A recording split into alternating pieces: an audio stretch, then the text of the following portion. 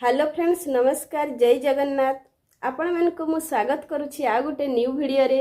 चलंतु देखिबा आज मु कोन तयारी करिवि। चाउଳ भिजैछि जो कोन करिवो? एई ताଳ पिठा हबो। अच्छा कहिलो, ताळ बडा कर देबी ना ताळ चकुली कर देबी? ताळ बडा कर दियो। तो सांग माने प्रथमे मु ताळ को वर्तमान छडै दउछि। एइडा छडै दउछि फास्ट।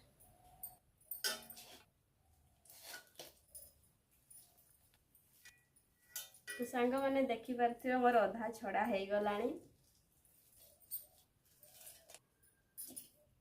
तो सांग माने या को मु बहुत सुंदर भलो भाबरे मु छडै देली। आ यार जो मंडोटा रहिछि ए मंडोटा को एबे मु बाहर कर देबी।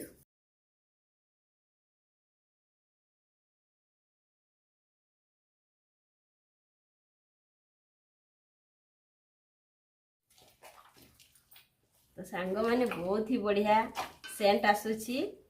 ताळोटा भी बहुत बढ़िया अच्छी, ता मंडो भी बहुत अच्छी।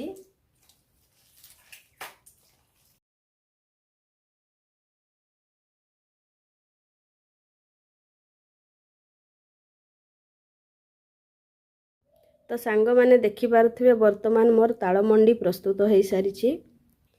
तो सांग माने या को मु गरम हेबा पई किछि समय गैस चूल्ही रे एबे बसई देबी। तो वर्तमान या को मु एठी बसई देली, जहा फल रे गरम हैला परे ए जो देखि पारुथिबे फेण बाहरिबो। सेई फेणटा फुटिकिरी बाहरी गले भलो, जहा फल रे टिके जो पिता लागे से पिता अंश चली जीवो, पिता लागबोने।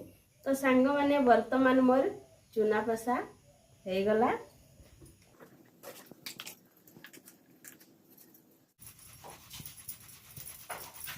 सांग माने चूना पसा एबे सरी गला। तो एबे मु ए चूना को से ताळ मंडी रे गुळेई देबी। तो वर्तमान मु चूना को एथिरे गुळेई देली।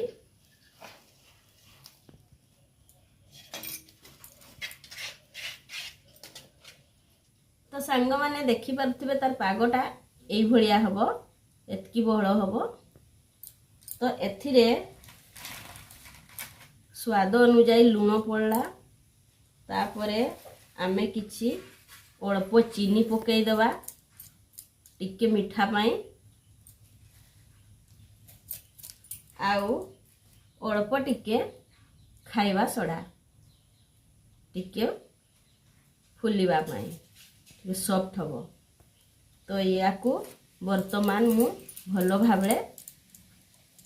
भाबरे गुड़ाई दउछि। भलो भाबरे मु फेंटी देली। एबे या को मु आजी रातीटा रखी देबी। एटा फुलिबो, काली सखाळु ताळ बडा प्रस्तुत हबो। तो सांग माने देखि पारथिबे किछि समय रहिला परे एगुडा किपरि फुली जाईछि। तो या परे एडा छणा हबो। तो सांग माने या परे मोर करेई बसई देइछि, तेल गरम भी हेई जाईछि। तो या परे मो एगुडा को पकोछि ताळ बडा। देखि पारथिबे केमती फुलिबो एबे। और एटा खाइबा पाई भी बहुत ही बढ़िया, बहुत टेस्टी। आपण माने मध्य घरे करिकिरी यार स्वाद नहीं पारबे।